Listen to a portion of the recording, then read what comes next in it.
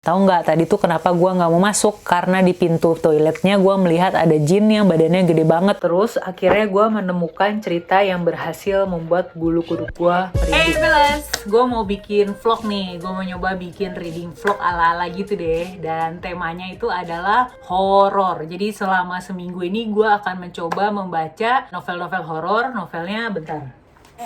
Ini dia, ada Diari Arwah yang ditulis oleh Marga Louis. Terus ini Midnight Stories. Ini kayaknya antologi, cuman belum pasti, nanti gue lihat lagi. Terus satu lagi Kisah Tanah Jawa. Jadi dalam seminggu ini gue akan menantang diri untuk menghabiskan ketiga judul horor ini. Meskipun yang Kisah Tanah Jawa kan bukan novel, tapi lebih ke non-fiksi ya, tapi temanya horor. Jadi di reading vlog ini gue akan mengupdate progres baca gue sepanjang minggu. Gue akan kasih tahu impresi untuk masing-masing buku. Terus gue juga pastinya akan update apakah berhasil membaca ketiga buku ini dalam waktu cuma seminggu. Jadi ikutin terus videonya, gue harap kamu suka nonton tipe video seperti ini. Terus sekarang ini hari Senin jam 2 siang. Tadi pagi gue lumayan ribet karena gue harus siap-siap buat syuting buat channel yang lain. Gue ada satu lagi channel YouTube. Terus juga gue harus siap-siap bikin skrip buat video TBR yang akan gue posting di timeline Karya Karsa. Jadi kamu yang ngedukung gue di Karya Karsa bisa tahu buku-buku apa aja yang bakal gue baca sepanjang bulan Juni. Apakah kamu sudah mendukung gue di Karya Karsa? Linknya ada di kolom deskripsi bawah, kamu tinggal klik. Jadi ikutin terus vlog gue sepanjang minggu ini. BTW ini jam 2 siang tapi gue baru mau makan. Terus lagi ada adik gue di sini. Tuh dia. Itu belakang berantakan ya, aduh maaf ya. Jadi beginilah keadaan kamar gue yang sesungguhnya. Yang teman-teman lihat itu hanya sebagian kecil dari kamar ini. Udah habis tadi mau ngasih lihat pas sebelum dimakan, lupa saking udah laparnya. Jadi ini adalah ikan bawal favoritnya adik gue. Dia cuma bisa makan kalau datang ke tempat gue. Jadi inilah yang kita makan. Sekarang jam 10 dan gue baru sempet baca buku. Dan gue mulai dengan Midnight Stories karena ini yang paling tipis di antara dua buku lainnya. Besok gue update lagi progres bacanya. Oke?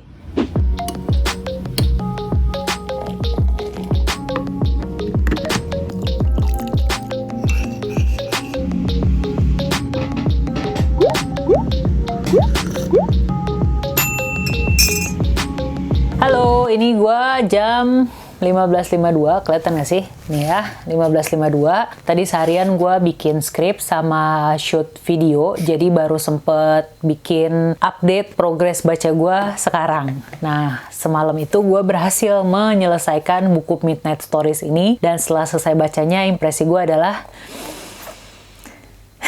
Oke, ini gue jelasin. Jadi Midnight Stories ini adalah kumpulan cerita yang ditulis oleh para pemenang kompetisi nulis bareng cerita horor yang diadain sama media kita. Jadi dalamnya ada 17 cerita pendek, dan yang gue keluhkan adalah cerita-cerita di sini tuh sepertinya tidak masuk proses editing gitu. Nggak diedit dulu kalimatnya, narasinya, dan main asal diterbitin gitu aja. Banyak yang kalimat-kalimatnya atau susunan kalimatnya tuh berantakan. Banyak yang nggak bisa membangun suasana seramnya itu, sehingga mereka cuma mengandalkan narasi atau deskripsi tentang tempat-tempat yang menyeramkan, tentang penampakan-penampakan yang menakutkan, tentang setan-setan yang berdarah-darah, tanpa dibangun dulu suasana seremnya gitu. Meskipun ini cerpen, gue rasa adalah kesempatan untuk penulis ini menyampaikan atau membangun rasa penasaran serta ketakutan pembaca gitu. Tapi di sini gue nggak bisa berkomentar apa-apa. Ada beberapa yang ketika narasinya bagus gitu ya, susunan kalimatnya bagus, terus juga penyampaian hal-hal menakutkannya itu juga bagus, tapi kemudian endingnya meh gitu. Ada juga yang dialog-dialog antar tokohnya tuh nggak make sense dan kurang srek gitu. Kayak misalnya nih contohnya, jadi ceritanya si anak ini tuh bisa ngeliat gitu kan, dan ceritanya dia tuh ketempelan jin gitu deh, dan harus pindah ke lingkungan baru, ke sekolah yang baru. Di sekolah yang baru ini ceritanya dia mau ke toilet, dianterin sama temennya. Temennya itu pengen ke toilet terus minta dianterin sama dia. Pergilah mereka berdua ke toilet sekolah. Sesampainya di toilet, si anak ini tuh nggak mau masuk gitu kan, yang masuk akhirnya cuma temannya doang. Setelah dari situ mereka kembali jalan pulang ke kelas, kembali jalan balik ke kelas. Di dalam perjalanan itu si anak ini cerita ke temennya, tahu nggak tadi tuh kenapa gue nggak mau masuk, karena di pintu toiletnya gue melihat ada jin yang badannya gede banget sampai melewati langit-langit gitu. Dan kamu tahu apa respon temennya? Gue bacain. Ya ampun Rin, kasihan sekali kamu. Jadi sampai sekarang jin itu masih mengikuti kamu. Amin, come on. Gue kalau dikasih tahu kalau gue tadi abis dari tempat yang ada jinnya, gue pasti takut gitu ya. Cuman ini responnya kayak gitu, datar banget gitu. Dan masih banyak lagi hal-hal yang menurut gue kayak kurang srek aja gitu gue bacanya. Belum lagi kalimatnya yang berantakan. Itu yang paling utama sih menurut gue, kalimatnya itu berantakan banget. Jadi terpaksa gue harus ngasih buku Midnight Stories ini 2 dari 5 bintang. Semoga buku yang abis ini gue baca, gue tuh mau baca abis ini Diari Arwah yang ditulis oleh Marga Louis. Semoga itu lebih baik, jauh lebih baik dari yang ini. Dan abis ini gue mau beresin peralatan syuting dulu. Abis itu gue mau olahraga. Salah satu alasan kenapa gue rajin olahraga lagi adalah karena timbangan gue semenjak PSBB gak kemana-mana dan gak gerak-gerak tuh melonjak drastis ya, dari 54 ke 57 damn.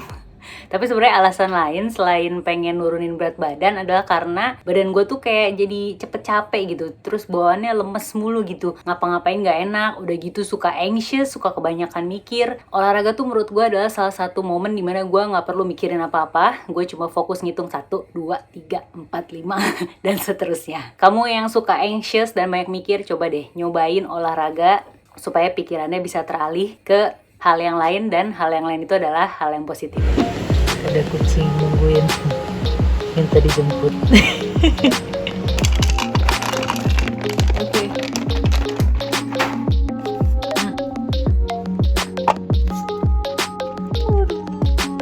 Apa coy? Hello, sekarang jam, kelihatan gak sih? Jam 3:30 sore. Gue seharian ngedit video hasil syuting gue kemarin. Terus update progres baca horornya. Semalam gue membaca Diari Arwah. Kebalik.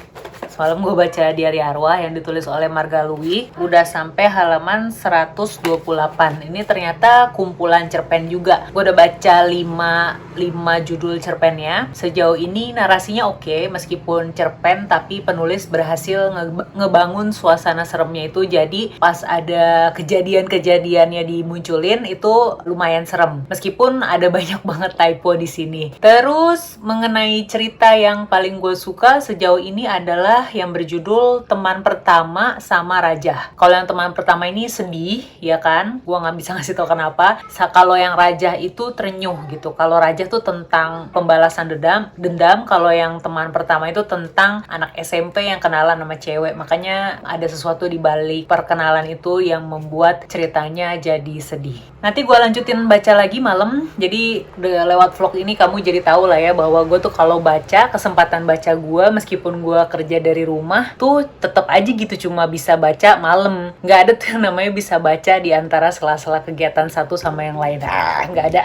Ya udah, nanti gue update lagi progres baca Diari Arwah. Sekarang gue mau ngedit lagi.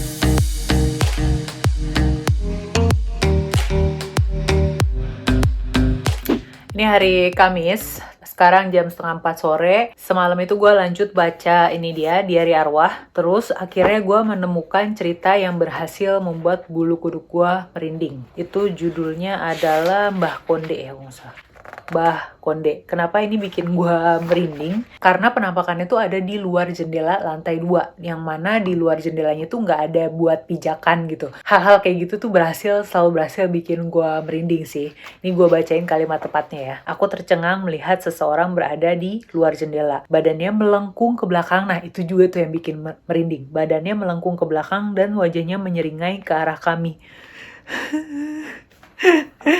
Itu sukses bikin gue merinding, meskipun endingnya ya agak kurang sih tetap. Dan gue masih baca lagi, masih belum selesai. Sekarang progresnya udah di halaman 240, harusnya tinggal dikit lagi ya. Semoga malam ini selesai. Kan total halamannya tuh 337an. Jadi semoga malam ini selesai supaya besok gue bisa update sekalian sama reviewnya. Terus besok gue bisa mulai baca Kisah Tanah Jawa. Ikutin terus. Halo, ini hari Jumat jam 3 sore. Semalam itu gue berhasil berhasil menyelesaikan Diari Arwah. Selain cerita yang kemarin gue bilangin berhasil bikin gue merinding, selebihnya cerita-ceritanya menurut gue lebih ke oke sih. Oke, tapi bukan yang bisa bikin merinding. Oke dalam artian di luar typo di sana sini, menurut gue penulis berhasil ngebangun suasana seremnya. Tapi seringnya yang gue keluhkan adalah endingnya. Menurut gue endingnya tuh kayak kurang nendang gitu. Sementara kalau kekuatan cerpen itu kan adalah ending yang unik sehingga bikin pembacanya tuh tetap inget gitu sama cerita itu ketika beralih ke cerita selanjutnya di dalam buku tersebut. Nah ini kan terbitannya Moka Media ya, Diari Arwah ini. Gue udah pernah baca satu lagi kumcer horornya terbitan Moka Media yang judulnya Anjana. Menurut gue itu lebih kuat lah ceritanya ya dibanding yang ini. Ini akhirnya gue cuma bisa kasih 3 dari 5 bintang. Kalau kamu mau lihat atau nonton video reviewnya Anjana, gue ada taruh linknya di atas sini, kamu bisa klik. Dan setelah ini berarti gue tinggal baca KTJ, Kisah Tanah Jawa. Terus hari ini rencananya gue mau keluar, mau belanja sayuran karena tukang sayur online langganan gue nggak jawab-jawab WhatsApp dari kemarin. Jadi ya terpaksa harus ke supermarket. Jadi ikutin terus vlog.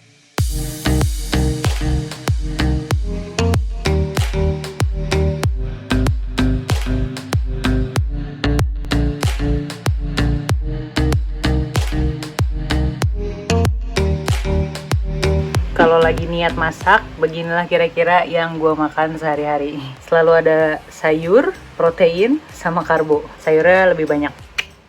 Halo, ini hari Sabtu jam 5 sore, hampir jam 5 sore. Tadi jam 3 gue ikutan diskusi The Kuku Schooling dulu di Zoom yang diadain sama Gramedia bekerja sama dengan komunitas Detectives ID. Itu sekitar 1,5 jaman gitu. Jadi gue baru bisa bikin vlog atau ngupdate progres baca gue sekarang. Nah, sekarang gue mau ngebahas buku Kisah Tanah Jawa. Mana bukunya ya? Buku Kisah Tanah Jawa yang berjudul Jagat Lelembut. Ini semalam berhasil gue selesain cuma dalam waktu sekali duduk. Ini ada 200 halaman pas, 201 deh, 201 halaman dan narasinya memang tidak banyak. Kebanyakan di sini adalah gambar-gambar seram seperti ini.